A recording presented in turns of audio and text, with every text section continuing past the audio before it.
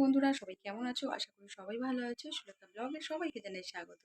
তো রোজ রোজ একই কথা, একই মুখ হয়তো তোমাদের ভালো লাগবে না কিছু মানুষের, আর কিছু মানুষের অবশ্যই ভালো লাগবে, কারণ যারা আমাকে মন থেকে ভালোবাসে তাদের তো অবশ্যই ভালো লাগার কথা। তো চলো, এটা তো বলতেই হবে, রোজ রোজ এটা বলার নিয়ম। যাই হোক, না বললে অনেকে রাগ করবে, আবার কিছু করলো না, একটা ব্লগ শুরু করে দিল। তো যাই হোক, তো আমার মনটা একটু খারাপ আছে। তার কারণ হলো বাবু একটু শরীর খারাপ, মানে আমার ছেলের কথা বলছি, একটু অসুস্থ আছে। তো সেই কারণে তোমাদের সাথে একটু ব্লগ দিতে পারছি না ঠিকঠাক। তো যাই হোক, আজকে একটা ব্লগ দেবো।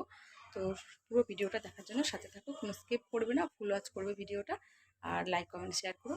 তো পুরো ভিডিও দেখার জন্য পুরোটা দেখতে হবে। তো চলো, পরে দেখা হচ্ছে আবার।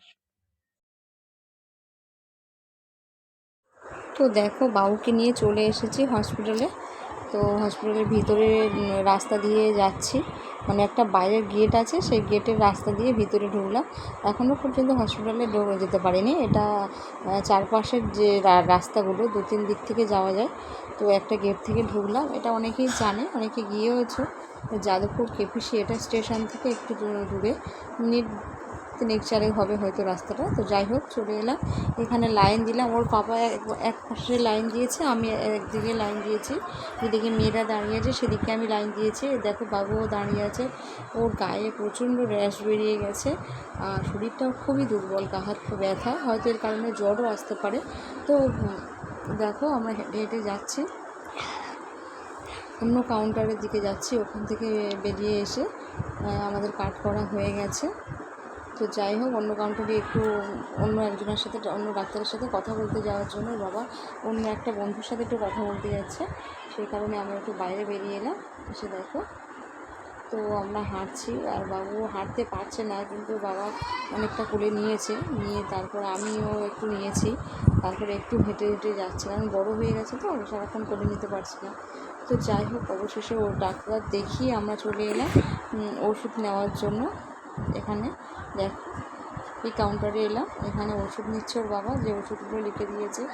ওর একটা মানে কী বলবো, জেল টাইপের মাখানোর জন্য দিয়েছে, খাওয়ার একটা লিকুইড ওষুধ দিয়েছে। ট্যাবলেট দিচ্ছিলো, আমি বলেছি ট্যাবলেট খেতে পারে না, সেই কারণে সেই সমস্ত ওষুধগুলো নিচ্ছে, আর আমি একটু এদিক ওদিক করে তোমাদের সাথে শেয়ার করার জন্য ভিডিও করছিলাম। তো যাই হোক, কেবিসিতে আমরা সব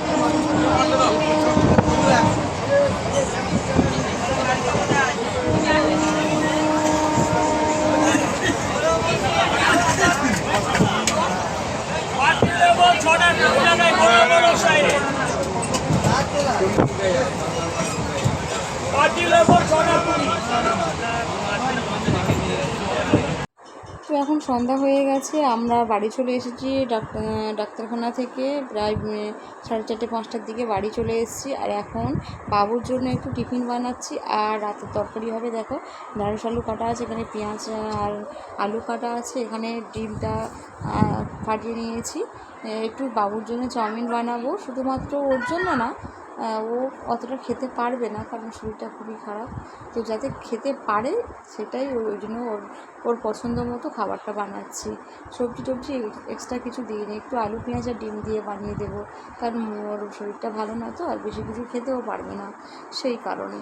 তো যাই হোক, আর কী করবো, ছেলে বাচ্চা তো, ওর পছন্দ মতো দিতে হবে। হয়তো র্যাশ বেরিয়েছে, ডিমটা খাওয়া হয়তো উচিত না, ডাক্তার মানা করেনি, যদিও গরম থেকেই বেরিয়েছে, আর গাটা গরম গরম, জ্বরও এসেছে। যাই হোক, আর কিন্তু ডিমটা মানা করেনি, আমরা আবার বাড়িতে দিচ্ছি না, কিন্তু চাউমিনের সাথে ডিমটা না দিলে ও আবার খেতে চাইবে না, ওর ভালো লাগবে না খেতে, যাতে খায়, সেই কারণে একটু ডিম দিলাম, অল্প একটু।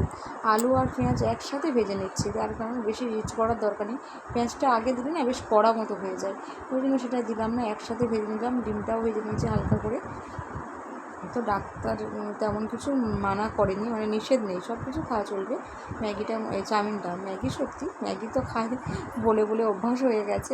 যাই হোক, এটা চাউমিনটা কমপ্লিট হয়ে গেছে, আর বাবুকে দিতে চলে এসেছি।